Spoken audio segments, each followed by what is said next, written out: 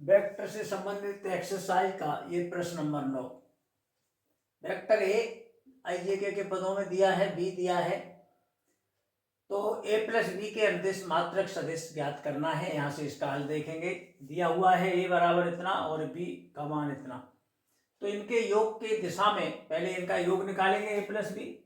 अतः a plus B बराबर क्या होगा, इस a प्लस बी को कुछ नया वेक्टर माने लेते हैं, इसको c मान लो, माना, c लिख दिया है और यहाँ लिख दिया माना।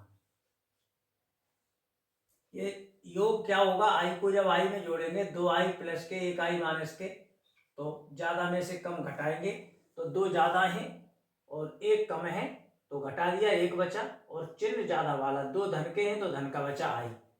इसी तरह j, i माइनस का और प्लस का दोनों एक दूसरे से कट गए, 0j, और k देखेंगे 2 प्लस के और 1 माइनस का, तो प्लस का 1 k बच गया, तो इन दोनों का योग ये आ गया है, इस योग को c मान लिया है। अब इकाई सदिश निकालने के लिए इस वेक्टर का मॉड भी चाहिए हमें, परिमाण जिसे कहते हैं, मॉड c निकाल रहे हैं। किसी भी वेक्टर का मॉड होता है अंडर रूट में गुणांकों का वर्ग जोड़ दे, i के गुणांक का वर्ग 1, j के गुणांक का वर्ग 0 का वर्ग और k के गुणांक का भी वर्ग आया।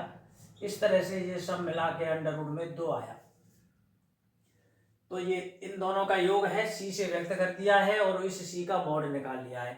अब c के अनुदिश इकाई सदिश को हम व्यक्त करेंगे c पर कैप।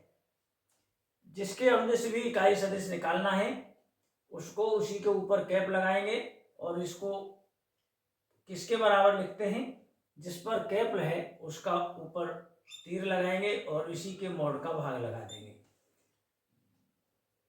c वेक्टर निकल आया है i प्लस 0j, 0 अब नहीं लिख रहे, अब k लिखें देते हैं, अपॉन c का मॉड निकल आया है अंडर रूट 2। इस तरह से ये प्रश्न 9 में 2 वेक्टरों का योग निकाला, योगफल को एक c वेक्टर से व्यक्त कर दिया और उसका मॉड निकाला, और मॉड में मॉड का भाग लगा के वेक्टर में जो निकलता है उसी को मात्रक सदिश कहते हैं। इस तरह से ये प्रश्न पूरा हुआ। धन्यवाद।